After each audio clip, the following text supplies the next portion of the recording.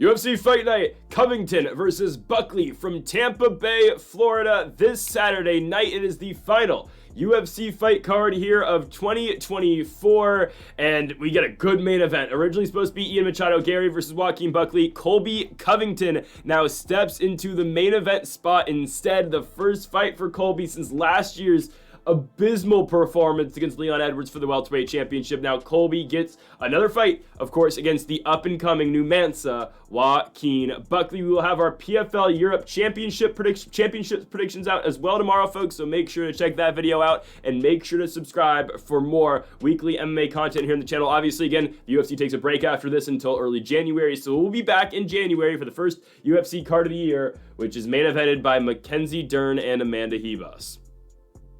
In the UFC Apex, that's something. Also, folks, make sure to join us for our daily college basketball best bets and our NBA predictions that are also daily on the channel as well. If you like the UFC videos, you'll probably like those as well. And our NFL predictions also come on weekly on the channel, as well as our college football predictions. And make sure to check out our 20,000 subscriber special video. Why? Because there is a giveaway with that 20,000 subscriber video. Again, it is a $100 giveaway. It is completely free to enter. All you have to do is follow Greedo Plays YT on Instagram. That is the first link in the description down below, and subscribe to the channel. We will draw a winner next Saturday, probably featured. I'll post on Instagram and probably with our daily college basketball and NBA predictions on that day on next Saturday. So make sure to follow and subscribe. It is completely free to enter the giveaway, so you might as well do it. So again, make sure to do that. Again, all you gotta do, follow on Instagram, subscribe to the channel, and then you are automatically entered into potentially winning $100 for the giveaway. Okay, let's move on to the 13 fights we have from Tampa Bay, Florida this weekend. And we start things off here with Josephine Knutsson taking on Piera Rodriguez in the women's strawweight division. You got Knutsson, who's undefeated 8-0, the Swedish-born fighter, taking on Piera Rodriguez, who is 9-2 as a professional. For Knutsson, coming off of a win in her last fight over Julia Polastri, and her first fight was a victory over Marnik Man. Now, the Marnik Man win, I think Marnik Man's probably one of the worst UFC strawweights, honestly, that they've had ever, which I know is harsh, but she was pretty horrible. And Knutsson beat her in their second fight over Polastri. Again, just another victory that you kind of knew Knutsson was going to go out there and get. Went out there, dominated the fight on the feet. Really, again, it limited what Polastri was trying to do on the ground, and Knutsson was able to win the fight stand-up-wise. For Piera Rodriguez, this is a fighter who was 2-0 at one point. Came into the UFC, picked up, I guess, a big victory over Kay Hansen, and then beat Sam Hughes after that. Lost back-to-back fights, though, to Jillian Robertson and Ariane Carnelossi. The Carnelossi fight, though, was a DQ because Piera Rodriguez kept intentionally headbutting Ariane Carnelossi. I kid you not. So, dirty fighter, but here she is taking on Josephine Knutsson. I think they're kind of just trying to throw her into the wolves here. Knutsson, I wouldn't call her an up-and-coming prospect. I just think she's a fighter who, is just better than some of these low-level strawweights. I don't know if Rodriguez is essentially that, but her victories, guys, Sam Hughes is horrible. It's just, we know what that is. She beat Victoria Dudakova in her last fight, but Dudakova sucks too. She beat OnlyFans model Kay Hansen. Exactly. The first part of what I just called Kay Hansen is exactly why that win should not be treated seriously. There's a reason, again, Kay Hansen's on OnlyFans. I haven't looked, but, if you have, good for you, I guess. I don't know. We're taking Josephine Knutsson here. She's the all-around just better fighter. Piera Rodriguez doesn't do anything exceptionally well. I would say it is her wrestling, if you have to, again, point to something that's good out the game of Piera Rodriguez, but I don't mind the grappling game out of Josephine Knutsson at all, and we saw in her last fight against Polastri, able to keep the fight standing, and she was able to out-kickbox Polastri when the fight was on the feet. I would expect the same thing to happen here. Again, I don't think Rodriguez is going to be able to actively pursue takedowns the entire fight. I think Josephine Knutsson should be able to keep the fight standing, and I think she should be able to out-kickbox Piera Rodriguez in this fight. For the odds, you get -225 for the Swedish fighter. In Knutsson, you get +190/+185. Again, we have different graphics on the screen because I made these yesterday, but still around, again, -250 for Knutsson, +190 for Piera Rodriguez. We're going with the favorite here in Josephine Knutsson doing the fight. We'd like her to take this one by unanimous decision. Real quick before we get into the next prediction, just real quick, I want to go over my hit rate so far this year. We're hitting a 68% rate for MMA in 2024. I think that's pretty solid. It's been our best year, actually, over the last 2 or 3 years, or actually 4 years, I've been doing predictions on the channel. So just saying, we've been doing really well in the UFC this year, and looking for more of the same today, obviously, or this week. Okay, so we're taking Knutsson in the opener. Let's now go to the bantamweight division. We've got dangerous Davy Grant taking on Ramon Taveras.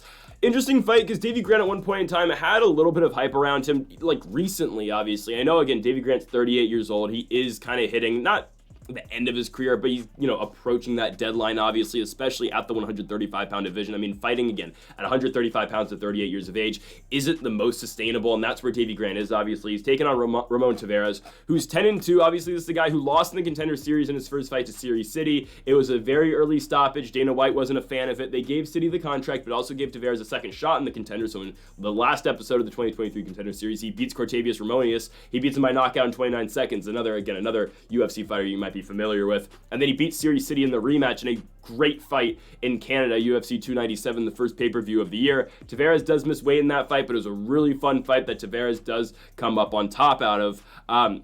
Interesting wording I just used there, but still, he gets Davy Grant in this fight. For Davy Grant, again, been around the UFC for a while, made his debut on The Ultimate Fighter back in 2013, eventually got signed to the promotion in 2016, beat Marlon Chito Vera in his first fight. They did later fight again in 2021 where Chito Vera won, but at one point in time, during the pandemic, or towards the tail end of the pandemic in 2021, Davy Grant had some momentum. He beat Jonathan Martinez. Yes, the same Jonathan Martinez that's in the top 15 now. I understand, again, he hasn't seen the most success recently, but still a good fighter in Jonathan Martinez. Davy Grant went out there and TKO'd him in the second round. Proceeded then, though, to lose to Marlon Vera when he got his step up. Lost Adrian Yanez. Close fight. We're going to see Yanez later in the video. Beats Luis Smoka. Beats Rafael Assunção, but then just came off a loss to Daniel Marcos, who, again, we are going to see against Adrian Yanez on this card.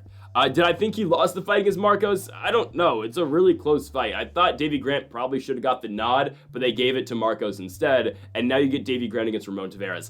My thing with this fight is, though, at some point the age kind of has to catch up to Davy Grant, right?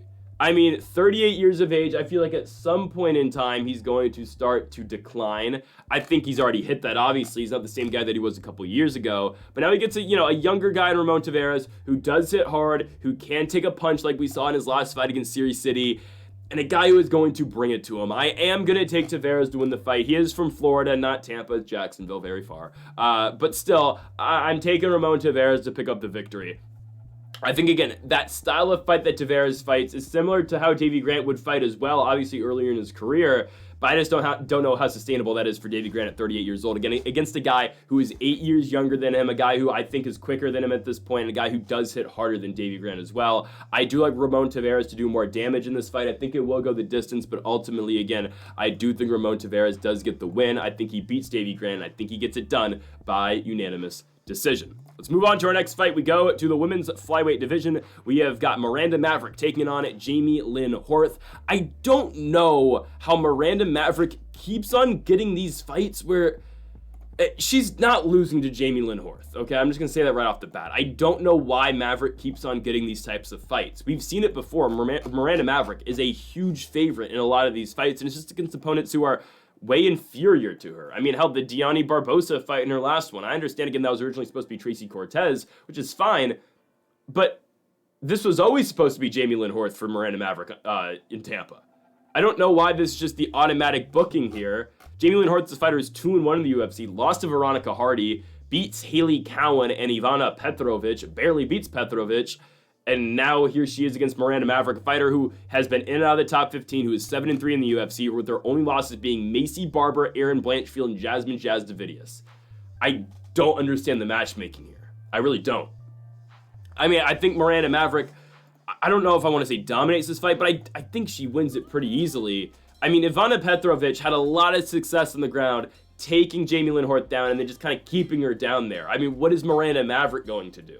Again, I think Miranda Maverick, I think this is not a hot take at all, is levels better than Ivana Petrovic. So if Jamie Lynn Horth struggled against Petrovic and arguably lost that fight, Miranda Maverick should absolutely mop the floor with her. So the pick is Miranda Maverick by unanimous decision. That is not a hard pick at all. My question is, why does Miranda Maverick not get the step up in competition? She's on a 3-fight winning streak, wins over Priscilla Cachoeira, armbarred her in Salt Lake City back in 2023. She beats Andrea Lee in Anaheim last year, or this year, beats Diani Barbosa, and then now we get Jamie Lynn Horth for her. I get it again. They've given Miranda Maverick, and also they gave her a fight against Shanna Young back in 2022, which made no sense. Shanna Young now in the PFL. She was a minus 800 favorite for that fight. I don't understand why. Sure, like again, you can give Maverick lower level opponents, but completely bottom of the barrel type fighters, I don't completely understand.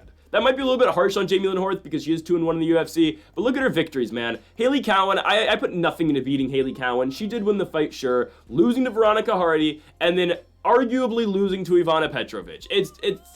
It's dependent on how you score fights, but you can easily score rounds 1 and 2 for Ivana Petrovic in that fight and give her the nod. You can even score potentially round 3 for Ivana Petrovic. It's not, it's not a easy fight to score, and it's a weird situation that, okay, now Jamie Lynn Horth gets that step up and she gets Miranda Maverick.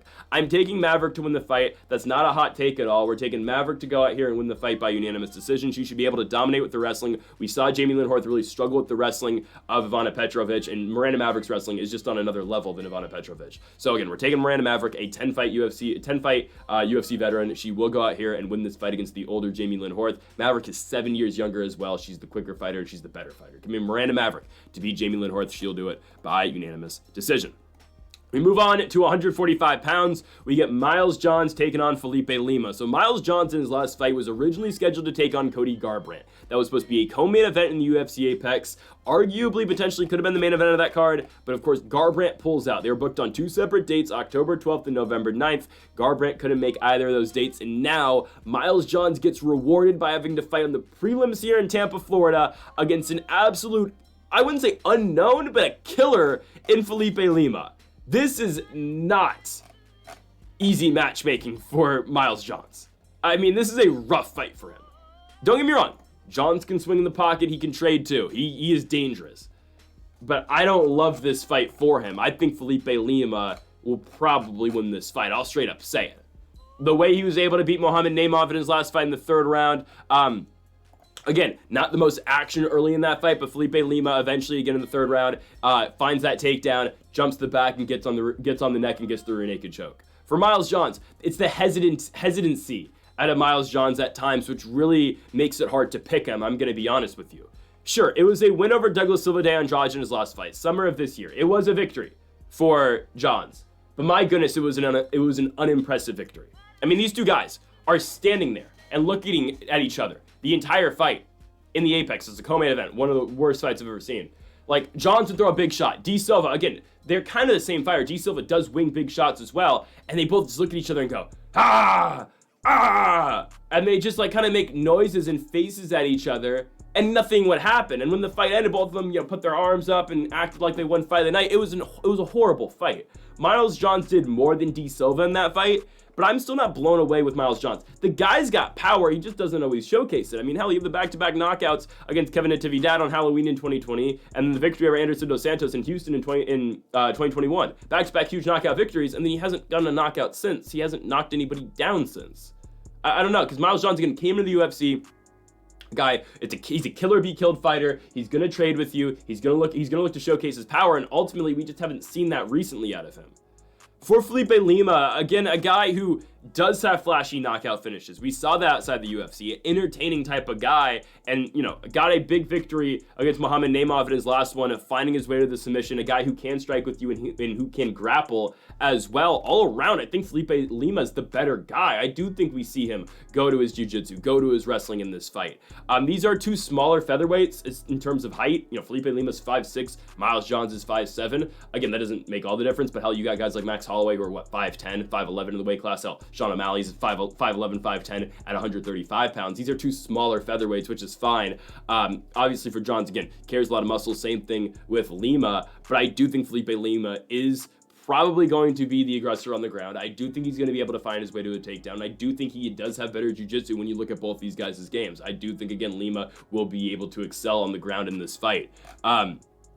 For Miles Johnson, we saw Daniel Argueta have a little bit of success on the ground against him. We saw Cody Gibson get a takedown, really didn't do anything with it. But I do think Lima, again, I think he is able to mix it up with the striking. I don't think he's outmatched in the feet, really. Again, the way we've seen Johns fight recently, I don't think he's just going to, catch Lima and put him out. I think Lima's able to contend on the feet, and I think on the ground, again, he will be able to find a takedown, and he will be able to find a way to jump the back, find a submission. We are taking the Brazilian. Give me Felipe Lima to win this fight. It's his second fight in the UFC, and I do think he will find a submission as well, like he did against Naimov. Give me Felipe Lima to beat Miles Johns by second round submission in his second fight in the UFC. We go on to another featherweight fight, and this is, again, these are also featherweights too. You've got the 6'2 Sean Woodson and the 6'1 Fernando Padilla. These are back-to-back featherweight fights, and you have 5'6 versus 5'7 in the featherweight division, and then you get 6'2 versus 6'1. Same weight class. It is crazy. So yes, Sean Woodson was probably a better example than Max Holloway for huge and tall featherweights. But he is exactly that, and that's kind of what Fernando Padilla is as well. This should be a good fight. Sean Woodson has been working his way up the ranks recently in the featherweight division. He is now 6-1-1, coming off a victory over Alex Caceres in his last fight. And I'll be honest with you, I was kind of expecting a higher jump up for Sean Woodson. I was. Caceres a borderline top 15 guy, and you can say, yeah, maybe Padilla is around that as well. But I don't know. I think Sean Woodson really outmatches him here. I do think so. I think it's a little too much for Fernando Padilla at the same time. This is a guy who's 2-1 in the UFC, came in, knocks out Julian Erosa, big victory, loses to Kyle Nelson, who's a tricky guy at times, sure, and then beats Luis Puejo in his last fight by Darce choke in the first round. But that's all he's done in the UFC. For Sean Woodson, huge winning streak, has not lost since his second fight in the promotion to Julian Erosa, where he got caught with the Darce choke, ran out of gas, got caught with the Darce. I thought Woodson was an absolute fraud back then, but he has proved himself, obviously, since beating Youssef Zalal, beating Colin Anglin, having the split draw, that really weird fight against Luis Saldana where they had the double knockdown. Beats Dennis Bazookia, beats Charles Jourdain, and then beats Alex Caceres in his last one by unanimous decision. The boxing out of Sean Woodson's pretty good. He is a very technical boxer. He is going to try to outpace you on the feet, and he's going to find the openings, and he's going to, outskill you on the feet. That's what he's done his last couple of fights against Caceres and Jourdain. They've been pretty much just kickboxing, boxing fights, and Sean Woodson has been able to win those. For Fernando Padilla, again, not a horrible striker, obviously, a pretty good striker. That's basically how he won the fight against Puejo. Really rocked Puejo, found a way to the Darce on the feet, got the standing Darce choke finish. Padilla won the fight in about, 2.5 minutes. Wasn't that long of a fight. The Kyle Nelson fight, though, he did get outstruck, and that's kind of where you look at Sean Woodson, you think, okay, this is probably where Woodson wins it. I mean, we saw Fernando Padilla outstruck by a guy in Kyle Nelson, who, again, Kyle Nelson, a tricky guy, but it was a fight that Padilla was a minus 250 favorite in. Nelson, after that, did beat Bill Algeo, but then immediately got knocked out in his next fight against Steve Garcia. Padilla, again, I would say maybe that's like his Julian Erosa, Sean Woodson moment in all fairness, but I don't know. I think Woodson's just the all-around better guy right now. Sure, Padilla's first fight looked great against Juicy J, knocked him down, knocked him out, good victory, but the Kyle Nelson loss just a couple fights ago on Mexican Independence Day in 2023 doesn't really look all that great right now. And again, I get it. Kyle Nelson does hit hard. Is not a horrible striker, but if Kyle Nelson's able to, and it's not like, again, here's the difference. It's not like Padilla just got caught by Kyle Nelson. Kyle Nelson actively outstruck him for 15 minutes. What is Sean Woodson going to do to the guy? That's just what I'm looking at here. Sean Woodson, again, doesn't really have the most knockout capability. I mean, we saw the Colin Anglin finish. It was a rip to the body that dropped him, and I guess his Contender Series knockout win over Terrence McKinney, but that's all the way back in 2019. That's over 5 years ago now for Sean Woodson. He doesn't possess the most power, but he's going to go out there. He's going to skillfully outbox you. He's going to keep his range, obviously. Not going to be able to do that too much like he is against other featherweights, obviously, because Padilla is massive as well. But I do think Woodson's able to stay at range. I do think he's able to pick apart Fernando Padilla. And again, the example I will use, Padilla got out kickboxed by Kyle Nelson. What's going to happen when he fights Sean Woodson? Again, I don't want to say it's a complete levels fight, but at the same time, I do think it is somewhat of a levels fight. I think Sean Woodson is just better than Fernando Padilla, and I don't really understand why he's not fighting towards the top 15, and instead he's fighting down in the rankings. Hell, Tapology's rankings don't mean everything. But Sean Woodson is currently the number 19 ranked featherweight on Tapology. Fernando Padilla is ranked number 39th. I think Sean Woodson wins an easy 30-27 decision here. He outboxes really Fernando Padilla to victory to get that unanimous decision win. Next up, we go to the lightweight division, a big-time fight between Joel Alvarez and Klose, another huge, lighter fighter. Obviously, we're talking about Joel Alvarez, 6'3" in the lightweight division. Klose, a 5'9" lightweight. It's make or break here for Klose. Not in terms of his standing with the UFC, if he's going to get cut or not, but maybe this is on me for always thinking that Klose potentially could make a run at the top 15 because we have never seen it. He's not active enough to fight in the top 15. And I get it again. Klose has had a bunch of, unfortunate circumstances where guys have pulled out of fights or whatnot in the past, and he's been injured a lot too. He's coming off back-to-back victories, Joe Selecki and Joaquin Silva. Actually, 4 straight wins, but recently it's been 2 victories. He hasn't lost since 2020. right? Thing he's only fought 4 times since 2020. So the loss in 2020, you've probably seen the clip of where Rogan's got the hands on his head, right? They're holding back. Anik and DC are going crazy too. It's like that. It's that meme that ESPN posts every single time anything big happens in sports. That's from the Beneil Dariush-Dakar Klose fight. Crazy fight. Klose has him basically knocked out. Beneil Dariush hits him with a huge overhand, puts Dakar Klose out, or Dakar Klose is stumbling, and boom, Benny puts him out and knocks him out, right? And that's kind of what started Dariush's ascent up the weight class, obviously. Got the Tony Ferguson fight, got the Scott Holtzman fight after that, and then I believe beat someone else that I'm forgetting, Carlos Diego Ferreira, and then got Tony Ferguson, if I believe that's right. He missed weight in the Scott Hot Sauce Holtzman fight too. Hit him with a spinning back elbow and said, you know what, give him my $50K bonus that I'm not going to get to Holtzman because I missed weight. Yikes. Anyways, though, for Dakar Klose, right, since the Dariush fight, hasn't really fought the best guys. Let's just be honest with ourselves. Hasn't fought the best guys. Joe Solecki is the one exception. At the time, Joe Solecki was, a pretty notable guy. But the victories, Brandon Jenkins should not have been in the UFC originally. That was supposed to be someone else, I believe. No, it was always supposed to be Brandon Jenkins. Why? Rafa Garcia, Joe Solecki, okay, good victory. Slammed him, TKO'd him back in San Antonio last year. I think San Antonio. And then a win over Joaquin Silva by unanimous decision. A fight that I don't really know why it happened. I thought it was pretty obvious that Dakar Klose was going to win that fight, and he did win it by unanimous decision. I don't know how he was only a minus 200 favorite. The thing is now, again, here you go. He gets Joel Alvarez. This is the step up that Dakar Klose kind of needs. Because, again, he is 9-2 in the UFC. He is 15-1 as a pro, but he's 36 years old. It is make or break time for Dakar Klose. My thing in this fight, though, is he's going to have to outstrike Joel Alvarez, obviously, I think, because I don't think he's able to beat Joel Alvarez on the ground. Like, sure, I think Dakar Klose is able to get takedown Joel Alvarez, but is he able to stay out of the way of submissions, and is he able to stay out of the way of getting swept on the ground against Joel Alvarez? That's a whole other thing, right?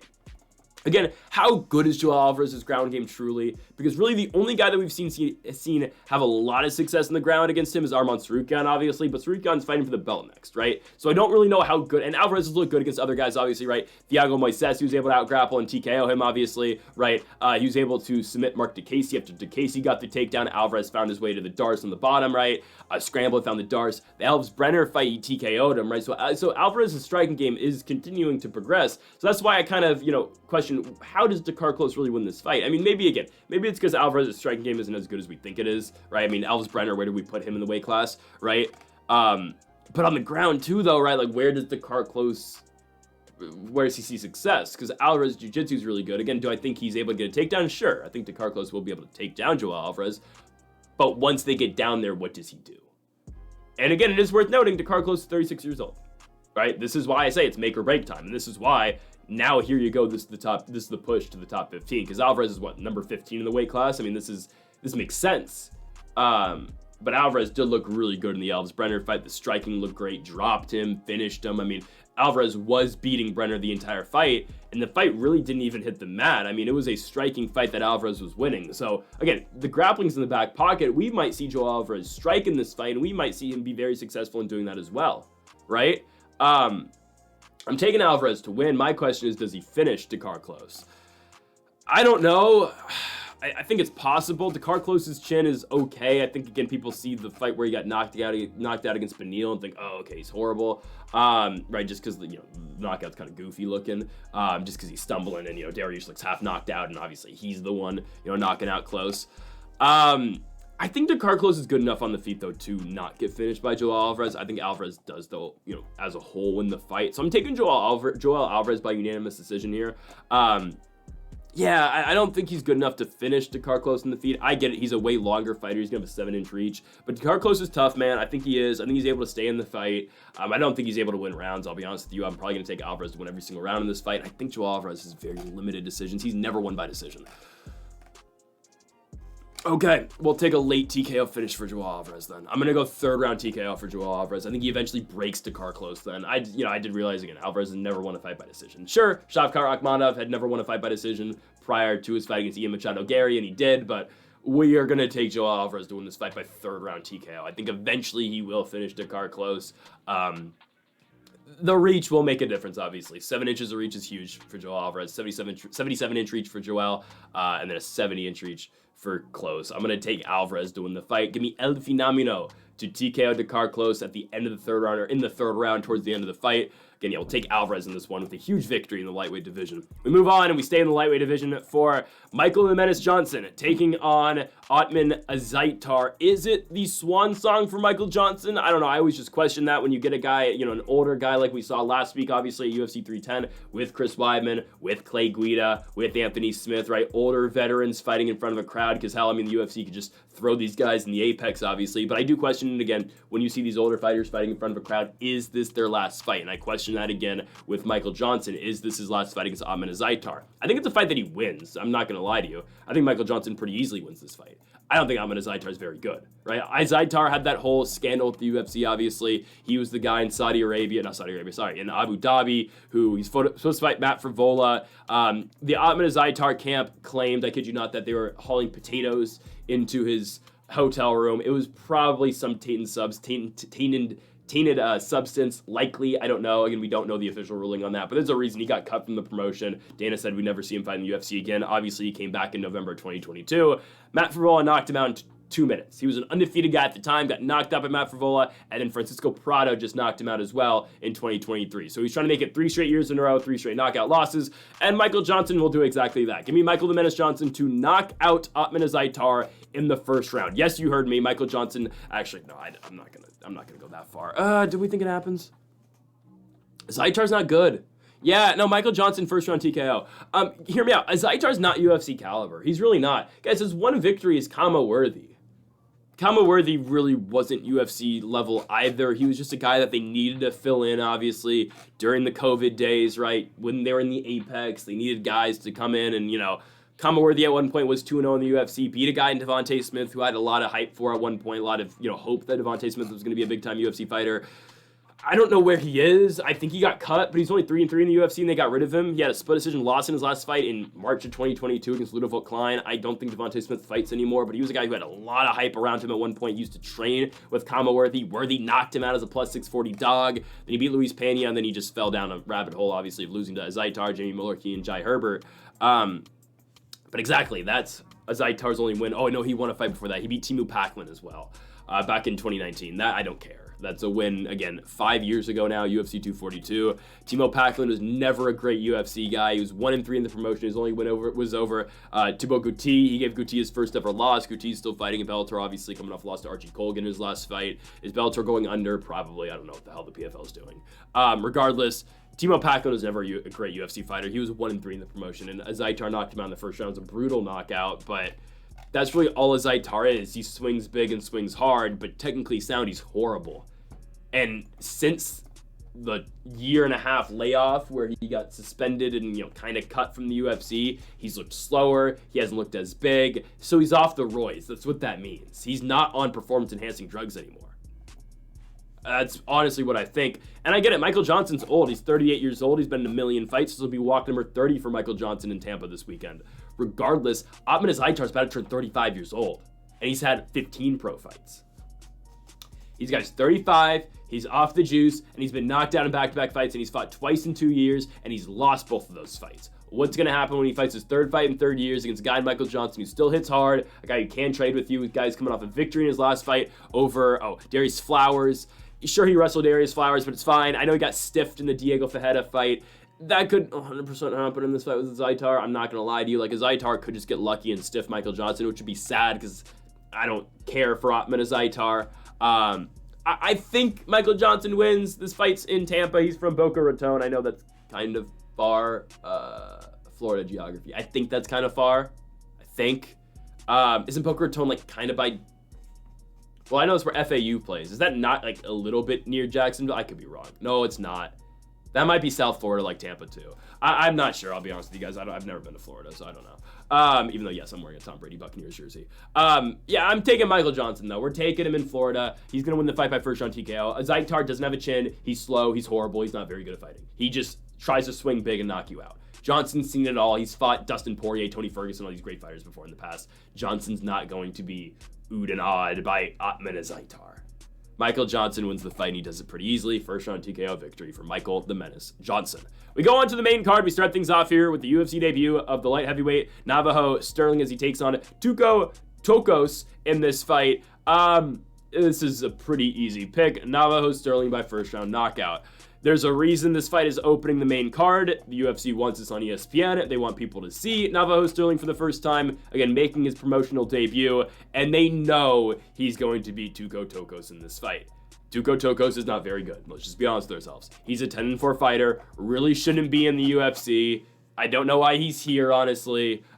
He was a last-second replacement, I think, to fight Umar Sy earlier this year, and Sy submitted him in the first round. I mean, what does Tokkos really have going on for him? This is a guy who was the Fury FC champion back in 2022, beat a PFL name, or a former PFL name, if you remember, Ty Flores. I think he made the playoffs in 2023. I think he did. 2020. No, it was 2023. I think Ty Flores made the playoffs. I think he lost to Silva, if I'm not mistaken. But Tokkos beats him, and then he goes to the road to the UFC. He's, I would say, the favorite to win the tournament. He's a minus 700 favorite in his first fight, and he gets knocked down the first round by Mingyang Zhang. Now, I get it, Mingyang Zhang is good. He's 2-0 in the UFC, but his victories are Brennison Hibeto and Ozzy Diaz. Again, they are kind of protecting Mingyang Zhang right now because they are trying to protect the Chinese market. I know what the UFC is doing, okay? But then what does Tokkos do after that? He beats a 3-2 fighter in shoot, though. He goes to All-In Combat, where he beats the 1-7 Brian Jackson by 40-second knockout. Stone Hands Brian Jackson is his name. This guy is now 1-11. So why is Tokkos, a guy who's on the track to be to the UFC, to go to the UFC, fighting a 1-7 guy? Then he beats Myron Dennis. Well, Myron Dennis got injured in that fight, so don't really care in Fury. And then he gets signed to the UFC, loses to Umar Sy. Now, is Navajo Stirling completely unproven too? 100%. Are we kind of just, relying on the CKB word here, that, he's decent, he's from City Kickboxing, Adesanya? Sure. But, this is a guy with a kickboxing experience. Tokkos, he can grapple some, but you have to assume that Navajo Stirling does have some defensive wrestling. In his Contender Series fight, he was the one actually trying to get takedowns, couldn't get him. Philip Latu tried to take him down 2 times. Stirling kept the fight on the feet. I would expect him to beat the living hell out of Tokkos in this fight. I'd expect a first round knockout for Navajo Stirling. Again, there's a reason this fight's not buried on the prelims, and instead it's on the main card. It's for 2 reasons. 1, they want to push Navajo Stirling, and 2, they know he's going to win this fight, and they know he's going to knock out Tokkos pretty convincingly. That's why it's here. Again, the UFC puts, prospects and up-and-coming fighters, they know what they're doing with card placement, and that's why Navajo Stirling's the opener, because they want this fight to, rile up the crowd in Tampa, and he will win. Is he very unproven? Sure, he is. Philip Latu, 6-1 guy. Sam Key, former PFL name, who has fought some good fighters. That's why his record's 8-8, but that was for the Hex Championship that Navajo Stirling won. But Sam Key's a guy, again, who had no success in the PFL, fought there for a while, lost to Juan Adams, lost to Josh Silveira, but never won a fight, obviously. Was a heavyweight in PFL, then went down to 205. Stirling finishes him in the 3rd round, as expected. And again, 9-8 victory, get a win over 9-8 guy, win over 15-13-2 guy, win over a 0-0 guy. He's unproven. I completely understand that. I do question his ground game, but I think it's good enough to keep the fight standing against Tokkos. And then once he's stuck standing with Tokkos, he should beat the crap out of him on the feet. Stirling's got more power. We've seen Tokkos kind of just be just a stepping stone for some guys. Mingyang Zhang, Omar Sy, and now Navajo Stirling. Unfortunately for Tokkos, I think this is his last fight in the UFC, but he is British. He is British, right? Yes, he is British. They might throw him on the England card in March, just because why not? You might as well, if he's got a 3-fight deal, you might as well throw him on that, and then he'll be cut from the promotion. Or maybe they'll give him the worst light heavyweight on the roster, which, who is that going to be? Let's think about this real quick. Who's the worst signed UFC light heavyweight? Oh, man, who is it? It's probably... God... Is Alexa Kamer still signed? I don't think he is. Shogun's retired. Anton Turklagi is cut. Oh, God. Carl Roberson's not in the UFC. It's Ozzy Diaz. Yeah, it's Ozzy Diaz. So, maybe, again, if they want to keep Tokkos around, you do him and Ozzy Diaz. Loser gets cut. Winner stays in the UFC, and you do it in London just because, again, you want to get, another British guy in the card. Again, that's only if, they need more British fighters, and they will do that. If not, they'll just cut Tokkos. So we'll see. But I think Navajo Stirling knocks him out in the first round. And I don't think that's too hard of a pick to make. Again, he's a minus 500 favorite for a reason. Okay, let's move on to our next one. We go to a very good fight. A very good fight in the bantamweight division. We have got Daniel Marcos, the Peruvian, 16-0-1, right? No, the Arnaki Long fight was a no contest. So 16-0, Daniel Marcos taking on Adrian Yanez, a guy who at one point in time had a bunch of hype around him. Yanez, still a notable name, but obviously, again, we've been cooled down on Yanez for quite a minute now because of the back-to-back losses to Rob Font. He got TKO'd by Rob Font in a main card spot where he's supposed to, really accelerate his career. And then Jonathan Martinez beat him as well, beat the crap out of his legs, TKO'd him. And yeah, Yanez is coming off a victory over Vinicius Salvador, which literally everybody saw coming. It was stupid matchmaking, but again, I understand what the UFC was doing. They were trying to get Yanez a victory. Everyone and their mother saw Yanez winning by first round knockout coming, and now you get Yanez and Daniel Marcos. This is, again, the type of fights Yanez should be having. This will be a great fight. Don't get me wrong. This will be a great back and forth war on the feet.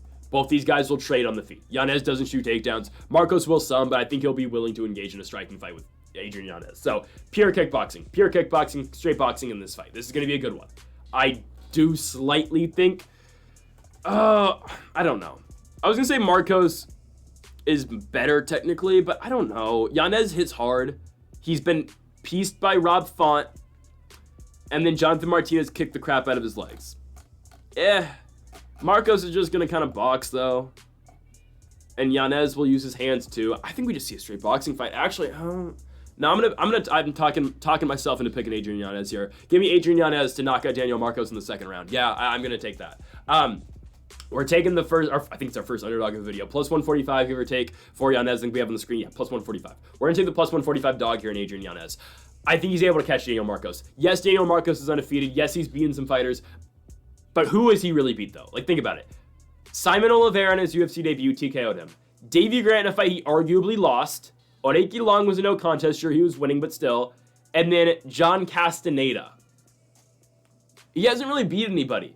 And Marcos hasn't blown anybody out the water, too. He hasn't just, starched anyone and just gotten them out there really early in the fight. It is kind of just decisions where Marcos is outboxing guys, and he is, again, point fighting. But it's nothing crazy out of Daniel Marcos. Yes, he's winning, but it's nothing, again, like... I don't want to completely compare him to Yanez, because, again, look at where Yanez is at now. But when Yanez went out on his winning streak, he was knocking everybody out. Victor Rodriguez, first-round knockout. Gustavo Lopez, third-round knockout. Randy Costa, second-round knockout. A fight that had huge hype on it at the time. Randy Costa, I don't know, is he still fighting? Randy Costa had some hype at one point. He's 7-4 now. Oh, he's fighting bare knuckle. Oh, that's brutal. He just fought Brandon Davis in bare knuckle. It was a no contest. Oh, game bred MMA. Oh, yikes. Anyways, Yanez knocks out Randy Costa. Has that fight where he barely beats Davey Grant, but then knocks out Tony Kelly. Huge fight in Austin, Texas. Fight that had a lot of stuff behind it, and Yanez wins. Crowd goes wild. He knocks out Tony Kelly in his home state, and then loses to Rob Font, loses to Martinez, and obviously he can just finish Vinicius Salvador as well. Yanez just has so much more finishing potential. If Marcos is going to win the fight, it's going to be by decision, even though, yes, Yanez has been cracked before and finished twice in the UFC. I get that. The Martinez fight was leg kicks, but yes, he got cracked in the Font fight. But I just don't think Marcos has that much of a finishing potential in this fight. I really think, again, Yanez, I'm taking Yanez as, straight boxing fight. I'm taking Adrian Yanez. I think he's got cleaner hands. I think he does. Yeah, he can get caught, but I don't think Marcos' power is good enough to the point where he can, make Yanez pay for Yanez's lack of striking defense, right? Against better strikers, yeah, Yanez will get caught and he'll probably get shinned. But in a fight like this, Yanez just has to rely on the hands, really doesn't really care if he gets hit much, because I don't think, again, Marcos possesses the power to knock him out. I think Yanez is actually fine here. Yeah, I'm going to take Adrian Yanez to win the fight by second round TKO. I mean, this is a big fight. The winner of this fight will be fighting into the top 15 next. You have to assume. Again, Yanez has, if he wins, has won back-to-back fights since getting his last shot at the rankings. For Daniel Marcos, an undefeated guy, has to be fighting the rankings next. I don't know who we want to see these guys fight next. Bantamweight division, we could go Ayman Zahabi. I know Zahabi's making his way up the weight class, but if you want to make him defend his ranking, or, no, actually, it's probably better. Go Kyler Phillips. Coming off a loss to Rob Font and LeGray in that fight, make Kyler Phillips defend the rankings next. I would like to see the winner of this fight Kyler Phillips, who's ranked number 12. I know, again, there are guys like Montel Jackson, Marcus McGee, but I'd like to see those guys fight up the rankings, and Kyler Phillips doesn't really deserve to fight up the rankings because of his last performance. So, yeah, make Kyler Phillips defend the ranking spot. I like to see, preferably, Adrian Yanez to give that shot against Phillips next. I do think he catches Daniel Marcos, and I think he finishes him. Again, Marcos is good, but he feels like, this isn't fair to Marcos, he feels like a William Gomez. Not to the same extent, obviously. Gomez is a very fraudulent, undefeated UFC fighter who's gotten lucky in decisions, did not beat Joe Anderson Brito in his last fight in France. But still, I feel like Marcos, again, the record looks great. I don't think he's as good as the record indicates, though. I'm taking Yanez to finish him in the second round. Give me Adrian Yanez by second round TKO. Next up, we move on to the light heavyweight division. We have got Vitor Petrino taking on Dustin Jacoby. My goodness, Vitor Petrino, his last fight makes me never want to pick Vitor Petrino again, but I kind of realized what this fight is. And so I kind of have to pick Vitor Petrino here. I know. We kind of have to pick Vitor Petrino in this fight. Just because compare both these guys' last fights. And for Dustin Jacoby, real quick, off the bat, he's lost 4 of 5 fights. Makes it really hard to pick the guy. Vitor Petrino, is he still ranked? He shouldn't be. He's not ranked. Oh, really? Jacoby's not either. This is an unranked fight. Interesting. Okay, winner of this fight gets to fight Alonzo Menafield, right? Like, that's kind of, or actually, no. Probably when Anthony Smith officially retires, the winner of this fight will just get bumped into the rankings because Smith should be done. I don't want to see Anthony Smith fight again. That was bad. Shout out to Dom Reyes, getting a huge victory, but no more for Anthony Smith. If he does want to come back, though, give him Bogdan Guskov in the Apex. That'll just be funny. Like, I'd like to see it. But no, I want to see Anthony Smith retire. I don't want to see him fight again, okay? There are guys who are actual psychopaths, like John Jones fighting, all right? Regardless of what you think about the pound-for-pound greatest fighter of all time, John Jones is a psycho who wants to kill you. Right? He once tweeted at Anthony Smith saying, you know, you're lucky I wasn't the one who broke into your house because you probably wouldn't still be here right now. Congrats, though, for fighting the guy off. I mean, seriously, John Jones is a literal psychopath. And he's a type of guy who fights in the UFC right now. Anthony Smith, his heart's not in it. Good guy, heart's not in it. If you don't, if that's just the difference between John Jones and some other fighters, that he's an actual psychopath. That's not really where I was going there, but that's what I'm going to take away from that conversation I just had here. Regardless, Anthony Smith should retire. Vitor Petrino just lost Anthony Smith. Embarrassing. It's what gave Anthony Smith hope that he could still fight and still potentially fight for a belt. Vitor Petrino, you're the reason why Anthony Smith just lost to Dominic Reyes. It's your fault. How do you get guillotined by Anthony Smith? He shoots a takedown, gets caught in a guillotine in his home country and taps. It's embarrassing. There's no other way to put it. It's embarrassing. It was an embarrassing performance by Vitor Petrino, and now here we are. He's taking on Dustin Jacoby. He better win this fight. Okay, I don't know why he wrestled in the first place. That was such a confusing move. Sure, he looked good wrestling Tyson Pedro, a guy who has never been able to grapple. Never been able to grapple. Other than that, like, one Paul Craig fight a long time ago. But you do that, great.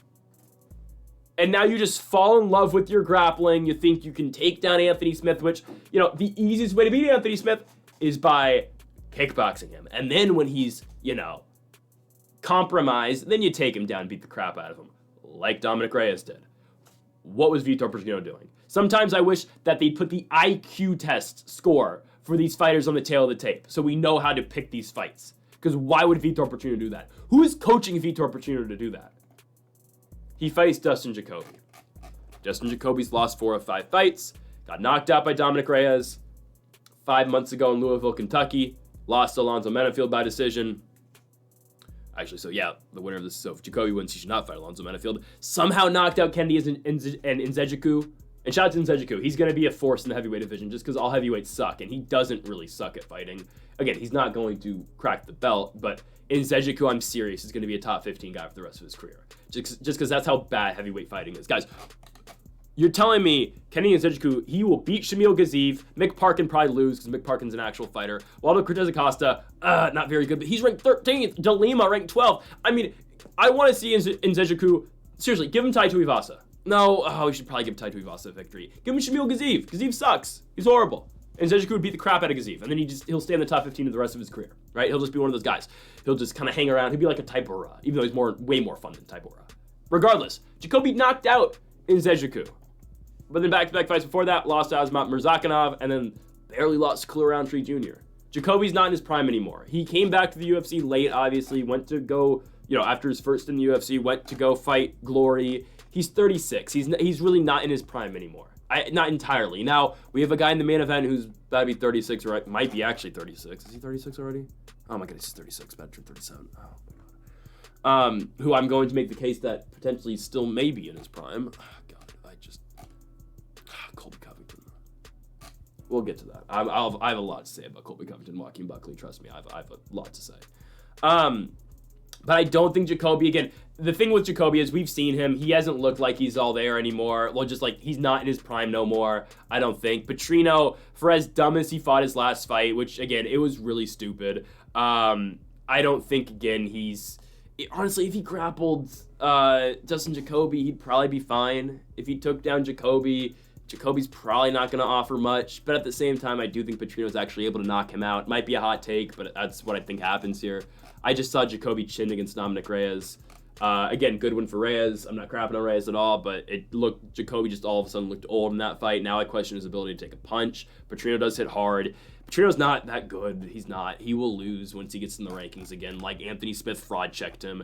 If they give him, I don't know, Azamat Murzakanov will beat him. Bogdan Guskov will beat him. Johnny Walker, if Johnny Walker loses his next fight to Bogdan Guskov and he doesn't still want to go up to heavyweight, he should fight Vitor Petrino and fraud check Vitor Petrino, right? Petrino's not going to stay in the rankings, trust me, but he will beat Dustin Jacoby because Jacoby's over the hill. It's the unfortunate truth about this. Vitor Petrino, first round knockout. Yeah. Next up, Manel Kape takes on Bruno Silva, right? Big time fight in the flyweight division. I don't know. Okay, I'm just going to say it now. I think Manel Kape wins. I just want to get to this point. I want Manel Kape to fight Kaya Sakura next. That's the fight I want.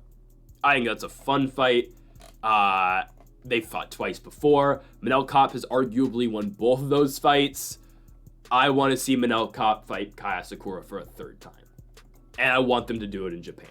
Now, can you rely on Manel Kape to main event a card? I don't know.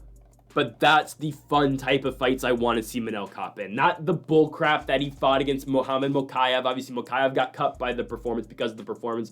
You could arguably say Manel Kape maybe won that fight because Mokaev literally did nothing to try to win that fight or try to finish the fight. Regardless, here is Manel Kape against Bruno Silva. Interesting matchmaking. I get it, though. Manel Kape is coming off a loss. He's currently ranked, 9th in the rankings. Bruno Silva's 12th. Yeah, Bruno Silva's just kind of an older flyweight. He's 34 years old. This guy's 4-2 in the promotion. 4 straight wins, obviously, after dropping back-to-back fights in the UFC. Lost to David Dvorak, lost to Tagir Ulanbekov, but won 4 straight against JP Bays, Victor Rodriguez, Tyson Nam, and then most recently Cody Durden, which is not a bad victory, but hell, we just saw Josh Van just beat Cody Durden yesterday, so not a bad win, but, it is what it is. Manel Kape would dust Cody Durden if they fought. Kape 4-3 in the UFC. The win streak, beat guys he was supposed to beat. Still has not beaten the top 10 guy yet, though. Beat Ode Osborne, beat Jagla Jumagulov, beat David Dvorak, beat Felipe Dos Santos on short notice. Now here he is against Mohamed Mokaev. Bruno Silva after the Mohamed Mokaev loss. I'm not going to really put too much in the Mokaev fight. That's just such a different stylistic fight, literally, than anybody else in the 125-pound division. So I'm not going to put too much weight into that fight that he had against Mokaev. This Bruno Silva fight is interesting. I think Bruno Silva's outgunned in the feet. I know, again, he scored a knockdown in 4 straight fights. I get that. I do still think Manel Kape's a better striker. I think Bruno Silva's just been striking against inferior competition. That's really all I think here. And I get it. I know what you're thinking. Oh, Manel Kape hasn't beaten anybody all that great in the UFC. We've seen him competitive with Nicolau, a fight that he arguably won. We saw him, not get destroyed by Pantoja, win the last round against Pantoja in that fight. I've seen him knock out Kaya Sakura, right? I've seen him arguably beat Kaya Sakura in the first fight by decision, then knock him out. That's why I said last week, and I didn't really think it was all that close, and I thought it was an easy call to make. The Asakura Pantoja fight, I told you last week, that was a very easy pick to make. Very easily. Pantoja, I predicted it exactly right. Submission. It was a very easy call for Pantoja. I'm done patting myself on the back, but I'm just telling you, I watched Kaya Sakura and Ryzen. I've always thought he's good. I never thought he was as good as Horiguchi. I never thought he was as good as Manel Kape. His biggest win is Juan Archuleta. Great. Juan Archuleta, good fighter. but not at the top anymore in Bellator, and sure, winning fights in Ryzen, but not an elite fighter anymore as Juan Archuleta. Okay, so that's why, again, we saw it as an easy read last week. Pantoja was going to dominate against Kaya Sakura. Okay, going back to this, though. I want to see Manel Kape fight Asakura again, just because if Asakura wins, okay, great, you're back in the top 5. Manel Kape wins, though, title shot. We've been waiting on Manel Kape title shot for a very long time. I get it. He has not made it easy on himself. Now, okay, another fight that can happen, though, is Kai Kara-France, because that fight's been building for a while. That actually should probably happen, if we're being honest. Yeah, actually, that should probably be next. Yeah. Well, I'd still like to see Asakura. I know I'm disregarding Bruno Silva here. I just don't think he's able to trade shot for shot with Kape. I'll be honest with you. I don't think he is. And I think, again, I'm fine with Manel Kape's defensive wrestling, so I don't think Silva's able to take him down and implement the jiu-jitsu on him. So I think Manel Kape kind of just wins a striking fight. And I think, again, Manel Kape puts a statement on here, and I think he knocks out Bruno Silva. Give me Manel Kape to pick up a huge win, first round knockout. I'm serious. I think, again, he needs a statement. Coming off that miserable performance against Mokaev, the Felipe dos Santos fight was lackluster. No, you need a knockout finish, Manel Kape. He will get that against Bruno Silva. But it's just been missed opportunities for Manel Kape, man. They booked him twice against Mateus Nicolau. That was easy pickings for Kape. It was so easy. Nicolau doesn't have a chin anymore. He would have chinned him in the first round, highlight reel knockout, then might have got a title shot. But he missed weight on one of them, withdrew from the main event spot they gave him in April. In the Apex, they gave him a main event to knock out Nicolau. He withdrew, so then Nicolau, that same spot, got taken by Alex Perez. It's frustrating with Manel Kape, because this guy is good. He was good in Ryzen. He's been okay in the UFC. It's so frustrating, man. It's so frustrating. Again, look at the hype Kaya Sakura has. That was Manel Kape at one point. In 2020, I was raving about this guy because he did that to Kaya Sakura. He knocked him out. And look at the hype Asakura's got. Well, again, Kape beat him twice. Should have beat him twice. Knocked him out once when the second fight, what actually mattered. When Kape came to the UFC, he was the alternate to the Moreno-Figueiredo title fight. In his first bout in the UFC, he was the alternate. That's how highly they thought of him, like they thought of Asakura. But then he fought Pantoja, who's the GOAT right now at flyweight, Demetrius Johnson, but the second greatest flyweight of all time. I know Figueiredo beat him, but I don't care. Pantoja's the second best flyweight ever. I don't think he's going to end his career the greatest flyweight ever, but I don't know. I want to see Pantoja eventually go up to 35. I think he's that good, guys. Pantoja's a dog. I've been saying this for years. But they gave him Pantoja, which I think I actually predicted Kape to win that fight, because that's how high I was on him at the time. He looked horrible in that fight. Should have beat Nicolau, and then finally came to his potential in the Ode fight, the Jaglas fight, and then beat Dvorak, and then went on to lose to Mokaev and beat Dos Santos too. I think he beats Bruno Silva. We'll see. I think in the fight they need to make those him and Kai Kara-France. If Manel Kape can turn it around in time, February in Australia has to be the date for that fight. That crowd will be amped. It can be on the main card. Perfect, right? It looks like Volk's not going to be on that card. That main card, man, can be really good in Australia. It really can. Duplessis Strickland, Tatiana Suarez, Zhang Wei Li, Kamaru Usman, Jack Della Maddalena. Give me I need an Australian who can be on that card. Whitaker's definitely not going to be on that. God, who's an Australian who can be on that card? I'm trying to think on the top of my head. Who can be on the main card? Navajo Stirling, by the way, will probably be on that card if they can turn him around. If he wins like we think he's going to win against Tokkos. Okay, fine. Throw in... They're going to do this. Throw in Tai Tuivasa versus Shamil... Oh, no. Shamil might beat him. No, he wouldn't. Oh, he might. Give me Tai Tuivasa versus unranked heavyweight on the main card, and then open the main card with Manel Kape versus Kai Kara-France. Oh, no, Dan Hooker. No, perfect. Dan Hooker. Throw Dan Hooker on the card. Dan Hooker can fight... Yeah, put Tai Tuivasa on the undercard. Dan Hooker can fight... God, who would he fight? Gamrot. No, he just beat Gamrot. Who can he fight? I actually don't know who he could fight. Michael Chandler again? They could do that. I don't know. But yeah, there's fights, man. There are fights. He can fight down the rankings and fight Fiziev coming back. Seriously, they can do that too. There are fights. Manel Kape, I hope, fights Kai Kara-France in the main card of that pay-per-view. I would like to see it. Let's go on to our next fight. Are we even in the co-main event yet? We are. Okay, yes. Cub Swanson takes on Billy Quarantillo. I don't think this is that hard of a fight to call. I really don't think it is. I think this is a pretty obvious Billy Quarantillo victory. I'm sorry if I got rid of the, suspense for this one, but I really think this is a pretty obvious Quarantillo win. I get it. He didn't look good in the Youssef Zalal fight, but Youssef Zalal, good grappler. He's going to do that to a lot of guys. Cub Swanson's over the hill. I'm sorry. He just is. Cub Swanson's old. He lost the Andre Fili fight. Did he arguably win that? Maybe. Really good fight. I get that. But again, Cub Swanson at 41 years old could only have so many of those fights. Had a back and forth war that he lost to Andre Fili. Again, you can only have so many of those fights. It comes to a point again where you can't keep having those fights at 41 years old. So I am going to take Billy Quarantillo to win this one. We've seen Billy Quarantillo engage in great back and forth stand-up fights, like the loss against Shane Burgos, right? We've seen him go out there and outstrike a guy like Damon Jackson. I would expect we see Cub Swanson strike with him, obviously, but I just think Quarantillo is going to get the better of Cub Swanson in this fight. I get it. Swanson's been delivering great fights, and he beat Hakeem Dawodu a couple fights ago. Did he really beat Hakeem Dawodu, though? No. Has Dawodu been seen since? I could be tripping. Is Dawodu not fighting anymore? I don't know. I thought Dawodu beat Cub Swanson, but regardless, you get Quarantillo and Swanson here. I don't think Swanson's all that at this point of his career. I think this this has to be his retirement fight. Cub Swanson he's from California. Yeah, I don't know. Quarantillo's from Tampa. I feel like Cub's got to retire here, though. No, I feel like he will. I'm taking Quarantillo by decision. I think you see the striking fight. I think Billy Q does win it. I get it. Billy Q is not really what we thought he was going to be at one point. I think we had a lot of, at some point in time, when he was going on his big winning streak, and before he fought Gavin Tucker, I was kind of high on Quarantillo, saying, okay, maybe this guy can be in the top 10 at some point in time. He's never going to reach that, let's just be honest. But I've seen Quarantillo in back and forth wars in the feed and win. Alexander Hernandez, Damon Jackson to a certain degree, right? The Kyle Nelson win keeps on aging pretty well, right? Decently well.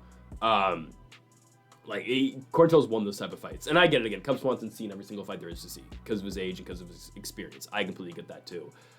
But at the same time, he's 41 years old. And yeah, Quarantillo's not young either. He's 36. But Quarantillo definitely still has a lot left, more left in the tank than what Cub has. I mean, Quarantillo's 18-6. Cub Swanson's 29-14. This is walk number 25 in the octagon for Cub Swanson. Legend of the sport, don't get me wrong.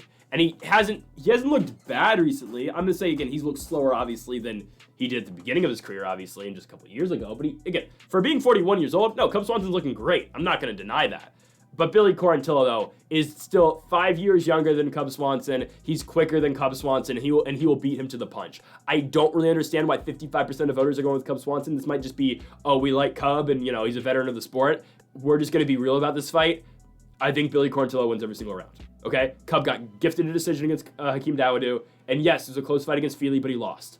I think Billy Quarantillo wins every single round. Okay, I'm not saying it's a levels fight, but I just think he's quicker. Give me Billy Quarantillo to beat Cub Swanson, and he will do it by unanimous decision. And here we go on to the main event. Okay, it is. If you've been watching me pick UFC fights for a while, I don't think it's a secret that Colby Covington has always been my favorite fighter. Colby Covington's been my favorite fighter since he beat Stun Gun back in South Korea years ago. That's when I started to really like Colby Covington. Up and coming prospect from Clovis, California. Just a guy who cut that promo after the Stun Gun fight, kind of got excited about him, and he getting, at the time, up and coming prospect, eventually got his way to the belt. Hasn't handled his prime the best. Now, again, I am going to have a lot to say about Colby Covington because I follow Colby Covington probably the most out of any fighter. Like, I know what's happening usually with Colby Covington. I like that he's taking this fight because it kind of gets rid of the narrative that people have always had around Colby, really, since he's become a contender and a top guy, that, oh, Colby just doesn't fight, active fighters. Because his wins, sure. Colby's last fights are, since winning the interim championship against RDA, are Robbie Lawler, Kamaru Usman, champion, obviously, but Tyron Woodley, Kamaru, Masvidal, and Edwards. Yeah, Usman and Edwards, champions at the time, obviously. But Woodley, Masvidal, Lawler were all kind of over the hill at that point. Now, it looks like Masvidal's coming back in March. Honestly, I wouldn't mind seeing Colby fight him again just because I think that's easy money for Colby Covington. I don't think that's going to happen. I think they're going to give Masvidal someone else. Let's give him, let's give him Carlos Prates. Let's just get Masvidal out of here and just, boom, Prates knock him out. Just like, that's what I like to see. I have no interest in seeing Masvidal fight anymore in 2025. I just saw him lose a boxing fight to Nate Diaz. He won that fight, but still, whatever. Like, I thought he won, but whatever. He lost, technically. Colby Covington's prime has been very weird, okay? Colby Covington's 36 years old. Again, that stun gun fight I was talking about, Colby Covington was 28 years old, right? Up-and-coming guy, got into the rankings, then beats Damian Maia. Again, he's 28 then, 29. Still a younger guy who's entering his prime. Beats RDA, great, 2018. Beats Robbie Lawler, 2019. Turns around 3 months and fights Kamaru Usman, loses one of the best fights I've ever watched. 2020, fights Tyron Woodley, okay. Sits out a whole year, but gets his rematch against Usman. Loses. I thought he won. I really thought Colby won that fight. I will die on that hill that Colby Covington beat Kamaru Usman. I will accept you saying it's a draw, but I thought Colby Covington won the fight. I'll accept the draw. I'll accept the 10-8 in the second round. 3-4-5 were easily Colby Covington's rounds. That no one's disputing that for me. I think Colby Covington easily won those last 3 rounds. At worst, it should have been a draw. So Colby beats Masvidal. I mean, regardless, it worked out for Colby though. He got his next shot at the belt though, because he beats Masvidal, wins fight of the night, and then loses to Leon Edwards. He broke his foot in the first round. Now, I think that's not Colby just playing into something here. I think that actually happened. There was some podcast, I'll be honest, I don't remember what podcast it was. I saw him on a podcast where he was wearing a boot. I think he actually did break his foot, which does change the fight. Because again, Colby was absolutely horrible in that fight. He did nothing. Now, Covington arguably, I thought won the last 2 rounds in that fight. For as bad as it was, I thought Colby easily won rounds 4 and 5. He obviously won the 5th. Did what people were expecting him to do, take down Edwards, and watch him Bilal Muhammad do that. If Colby just took Leon down another round, he would have won the fight because he won 4 and 5. 4th round, I thought Colby actually outstriked Leon in that round and did take him down or did control him as well. 5th round was the most obvious Colby round of the fight. The other rounds, honestly, are close, but yes, Leon won them. Colby, though, again, it wasn't the Colby Covington we have seen his entire career. So that's the question mark around this fight. What is Colby Covington now? Is he past his prime? Can he still push the pace that he used to push? And now you get a hard-hitting guy in Joaquin Buckley that he's taking on. Now, Joaquin Buckley was getting outstruck by Stephen Wonderboy Thompson. I thought Stephen Wonderboy Thompson was on his way to win that fight, right? I thought Wonderboy was up 2-0, if I'm being honest. I know a lot of people didn't have that. I had Wonderboy up 2-0. I thought, again, if he just get out that 3rd round, Wonderboy was going to win. Buckley catches him, he knocks him out. Okay, great. Wonderboy's over the hill. Is what it is. Wonderboy's 42, 43, whatever. He's done. Okay, and trust me, I love Wonderboy, but Wonderboy should retire. I'd like to see him retire. Maybe one more fight. Let Wonderboy fight, like, I know we've been talking about for a while. Let him fight, like, MVP, or let him fight just a non-wrestler. Just give him one more fight. You can fight Luque again, honestly. Just don't give him, like, Carlos Prates or Michael Morales, please. You can give him Luque again, honestly. Give him Michael Venom Page. Or, if Colby loses, he's going to call him out. No, yeah, we'll see. I think there's still, you can take Wonderboy to Greenville, South Carolina one time, retire him in South Carolina, and then give him, again, the farewell. Wonderboy deserves one more card, okay? Yeah, he should main event a card in South Carolina and then retire, okay? I wouldn't mind seeing that. Anyways, Buckley again catches Wonderboy, good win. He beats Nurulston Ruzboyev. He's never fought anybody at the level of Colby Covington, though. That is for sure. That is a fact. Buckley has wrestled more recently, and he's done all right with it. He's not out-wrestling Colby Covington. I know what you're going to think. Oh, well, Leon took Colby down once. I don't care. Doesn't matter to me. Colby will be the better wrestler in this fight. This fight comes down to if Joaquin Buckley can catch Colby Covington coming in, and what Colby Covington we get. Because that's a big factor, too. I know what Joaquin Buckley we're going to get. We're going to get a guy who swings hard, hits hard, and has decent defensive wrestling. But I don't think the defensive wrestling is good enough to stop Colby Covington. Because again, when Colby Covington's on, his wrestling is better than, a lot of guys in this weight class. And his chain wrestling, and again, his ability, it's like Marab, right? Not to the same extent, obviously, but Colby will shoot the takedown. And this is what I'd always say about Colby Covington, about all of his fights. You can stuff the first takedown, you can stuff the second takedown, you can stuff the third, you can stuff the fourth. But what are you going to do when the 5th, 6th, 7th, and 8th come? Because he's always going to keep shooting. He's a cardio machine, but a cardio machine we really didn't see in his last fight. So what Colby do we get in this fight? And also, Colby's 36 years old. Is the cardio still there? He's been in a lot of wars. Just be honest. The Masvidal fight, it was domination, but Colby gets dropped in that fight. That's a punch that Masvidal hits him with that knocks out 99% of the population. And Colby drops to a knee, gets right back up to his feet, and ends up winning that round and taking down Masvidal right after. That's, again, those are brutal fights. The Usman fight's brutal. The RDA fight wasn't an easy fight either. Colby's been in some wars. How much of that can he really still do at 36 years old? Especially against a guy in Buckley who arguably hits harder than all of those guys. Probably not than Prime Usman, but still. No, Masvidal hit pretty hard too. I don't know. Buckley swings, man. Buckley swings, and he hits hard.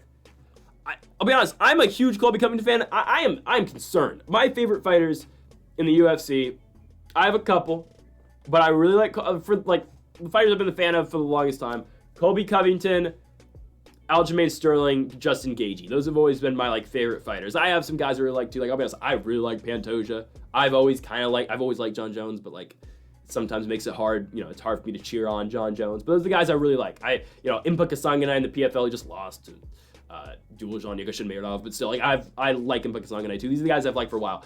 But Colby was my first like really favorite fighter when I've been watching UFC for a while, but like Colby was the first guy like I really became a real fan of. Like I always liked Dominic Cruz when he's coming in from WEC. I was a big fan of Dominic Cruz. Way back when I first started watching, I liked Randy Couture and saw the only fight I ever got to watch live Randy Couture. I saw him get karate kicked in the face by Lyoto Machida. Right, but like that's why I've always liked John Jones too, because John Jones was a big star when I was first watching the sport. Anderson Silva is why I've always liked Anderson Silva. Regardless, Colby Covington's like always been my favorite guy for the last since that stun gun fight in South Korea. Yeah, I'm concerned. Because I legitimately, and a lot of people thought he was gonna beat Leon Edwards, and that was horrible. I get it, he broke his foot. But at the same time, is the pace still there? Is the cardio still there? Can Colby still fight like Colby? We're gonna find out. Another element, you may laugh, but I kid you not, if Donald Trump's in Colby Covington's corner, how much of a factor is that? I'm serious. Trump had never been at a Colby fight until the world title fight against Leon, and Colby fought like that. Was it? I'm serious. Colby looks up to Donald Trump. He's at Mar-a-Lago all the time. Is that actually a factor? And now Colby's teasing that Trump's going to walk him out and potentially be in his corner, because he said, I'm going to have a special guest walking me out, and it's someone that Dana and Hunter, take orders from. So I'm assuming that's the president of the United States. No, not the guy who's, half asleep, Trump, right? So I don't know. That's a factor. I'm serious. If Colby has Trump in his corner, how does that affect him? I'm serious. Like, it might be, just the way the Colby Trump stuff's not a gimmick. Colby legitimately admires that dude. What happens if he's front row in his corner with the Venom jacket on? Trump's not gonna put on the Venom jacket, but still. Hey, put on the garbage worker suit. So maybe, I don't know. No, he's definitely not gonna do that. I don't know, man. This is okay. I'm gonna be fully transparent with you. This is kind of a hope pick. I do see the pathway to Colby winning. I'm gonna be completely honest with you. Just like how I saw the pathway last week for Aljamain to win. I thought Aljamain beat Movsar Evloev. I think it was an absolute robbery that Aljamain Sterling did not beat Movsar Evloev. I'm taking Colby Covington to outcondition Joaquin Buckley, and I'm taking him to outdecision or outpoint Joaquin Buckley. I'm taking Colby Covington to win 48-47. I'm taking Buckley in the first 2 rounds. I think he will outstrike Colby, but I think, again, we've never seen Joaquin Buckley in a 5-round fight, and once Colby starts chain wrestling with him, and once Colby starts, again, dragging him into deep waters, Joaquin Buckley is screwed. Last time we saw Joaquin Buckley in a grueling type of fight where he had to chain wrestle was the Abdullah Azak Al-Hassan fight. That was a fight where, yes, he had the Detroit Dust guy in his corner. That was a wrestling-heavy fight. I know it was a while ago. It was in 2022, but this is the last time we've seen Buckley have to consistently chain wrestle and grapple the entire fight. He was dead exhausted and tired at the end of that fight. He barely won it by split decision, but if you look at the end visual of that fight, he takes down, he's got Razak Al-Hassan down, the horn sounds, and Buckley just turns over and he is exhausted. Imagine if Colby can put that pace on him for 5 rounds. Again, Buckley's never been in this 5-round environment. He's only fought 3s. It is different, especially when you get a guy like Colby Covington, who is the king of cardio. I am taking Colby to win. I do see the pathway for him. I wouldn't even say, I'm not even gonna say like I wouldn't bet money on it. I will bet on Colby Covington this fight. I'm going to. I'm taking Colby by decision. I think he outpoints Joaquin Buckley. I think he wins 3-4-5. I would like to hope he's not over the hill yet. This is make or break for Colby. It is. Because if Colby wins, he's one fight away from the belt again. Let's just be honest. He actually fights an up-and-comer. You know, right? Beats Buckley's number 9, Colby's 6. Colby can then position himself for a fight with, I don't know. If I'm Colby, I try to position myself for the Leon fight again. Leon needs an opponent in March. Or Ian Gary. Position yourself for Ian Gary too. But if I'm Colby, I'd do the Leon fight again if you can get it. Leon needs an opponent in March. If it's not Gary in March for Leon Edwards, Colby should offer to go to England and fight Leon Edwards. And try to do it to Leon exactly what Bilal did to Leon. And then if you can beat Leon, title fight. I'm serious. Colby's 2 fights away still. This is what he needs. He needs to beat Buckley. And then immediately, again, you know Colby's going to have the call out ready. I would like to think, I'm pretty confident the call out will be Ian Gary, just because he's going to call him a cuck. He's going to say, hey everyone, who's Ian Gary's wife? And everyone's going to go, oh, me. He's going to say, you know, start cheering if you Ian Gary's wife. Everyone's going to go crazy. And then he's going to say, yeah, I'm going to beat you, and then I'm going to your wife too. No, okay. He might say it. No, he might. If Trump's in the crowd, he won't say that. He might anyway. I don't know. I would do the Leon fight if I'm Colby. I think it's an easier fight, but sure, Ian Gary's there too. But again, he's got to beat Buckley. I think if he's able to chain wrestle and just exhaust the guy, I do think Colby's able to win. Give me Colby Chaos Covington one more time. Give us a prime showing, Colby. Let's see it. Give me a unanimous decision victory for Colby Chaos Covington over Joaquin Buckley. So folks, thank y'all for watching our final UFC predictions video of the year. We'll be back again tomorrow for our PFL Europe predictions, so make sure to join us for that. But again, I would like to thank you guys for all the support here in 2024 with the UFC predictions. If you've been watching since the beginning of the year, help. I started recording these in a dorm room this year, and I can't go back and rewatch those videos because it was not easy to record in a dorm room, okay? So I appreciate you guys for sticking through me for all of that earlier in the year. Obviously, again, in the summer, we came back here, and the normal setup, I think these videos are a lot better than the ones in the dorm room. So, again, I want to thank you guys for sticking with the channel for that. We'll have more UFC, again, weekly in 2025, where we get to start with the great card with Amanda Hebus and Mackenzie Dern in the UFC Apex, the rematch of their fight in, I believe, Tampa years ago, I think. It was in Florida. But yeah, we'll be back for next year for UFC, though. Again, we're doing this every single week until the end of time. So make sure to join us again next year, folks. Thank you guys for watching here in 2024. Make sure to join us tomorrow for more MMA. We have PFL tomorrow. And Bellator might be doing a co-promoted card with Ryzen on New Year's Eve. I don't know if they're doing that or not. If they are, we will do that video as well. But thank you guys for watching the UFC here on the channel in 2024. If you did enjoy the video, make sure to hit that subscribe button down below for more. Make sure to leave a like if you did enjoy the video. Make sure to comment if you do disagree with any of the picks. Make sure to join the $100 giveaway as well. It's completely free to do it. All you gotta do is follow us on Instagram and subscribe to the channel. So folks, thank y'all for watching, and Mamba forever.